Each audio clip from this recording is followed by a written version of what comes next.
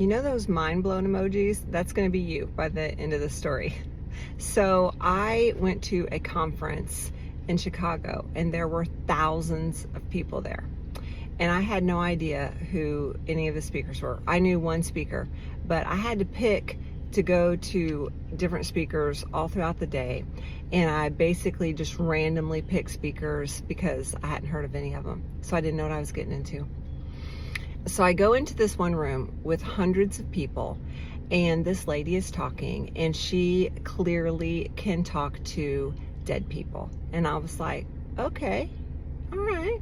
I mean, this is interesting. I didn't have any dead people to talk to, but I still thought it was pretty interesting. So, and, you know, I was skeptical as anyone would be, because, you know, you never know. So, but then she said, who has the fluffy gray cat named Pandora, because this cat kept me up all night, and I know someone here has like a Persian cat, Pandora. And this lady finally says, well, I had a Persian that was named Andorra.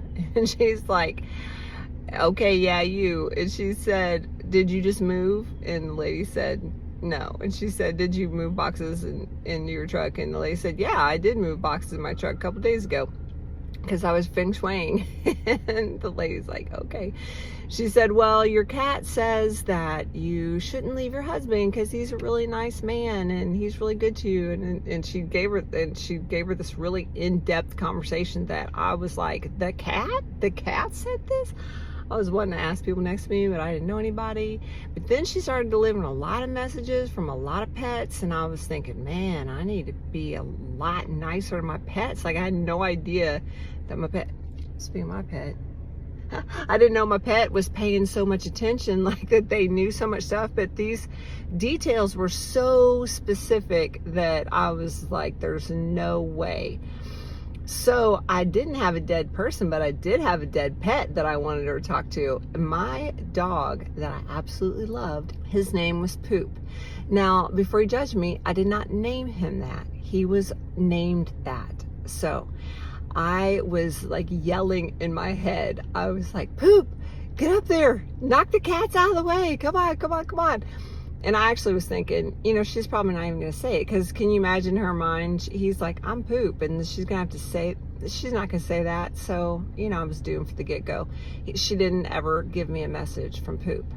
But she did say, she said, if I could leave you with the most important message today, that your loved ones, maybe your pets, your spirit team, angels, whatever, they often will give you a message through someone that doesn't know they're giving you a message.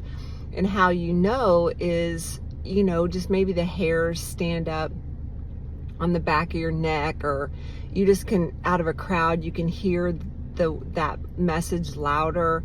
She said, I call it the mall oracle. Like, so you're in the bathroom at the mall and you hear these two people are washing their hands and they're saying, quit your job, just quit your job. And you kind of think, oh, I've been thinking about quitting my job. And she was like, yeah, I said quit your job, but really they were talking to each other and they didn't even know that that was a message for you. She said that's a very common way that you're, you know, you can get messages from your loved ones. And so I was driving home that day, and I was on the interstate, and I called my mom and I said, I tried to get Poop to talk to me, but he didn't. But she did say that her most important message was the people are going to give you a message that don't. And as I was saying that, a car drives by me on the interstate, and in huge white letters on the back of the windshield, it says P-O-O-P. That's it. It just says Poop on the back of the windshield. As I was saying that sentence to my mom. So I hung up as fast as I could. I just hung up on her because I was trying to record that car going by. But it was going so fast and I could not catch it. Now, you can maybe say that's a coincidence. Maybe. I mean, that's really kind of pushing it. But I also worked with all truck drivers, and I asked them all, you drive on the road, how many times have you seen Poop written on the back of the windshield, and all of them said never. I've never seen that. Now this is where it gets crazy. 6 years later, I decide I'm going to go see that same lady again that can talk to the dead pets and the dead people. And she's in Chicago again. And I'm pulling out of my driveway and I'm talking to Poop in my head. I've talked to my dead dog in my head. Don't judge me. And I was like, listen, now's your time to shine. You're going to need to, bother her. Just, just be aggressive. Not in a mean dog bitey way, but in a spirit dog way. Anyway, I was talking to him in my head, and I was pulling out of my driveway, and there's a stop sign right beside my driveway, and I was waiting for cars to go past so I could get out of my driveway.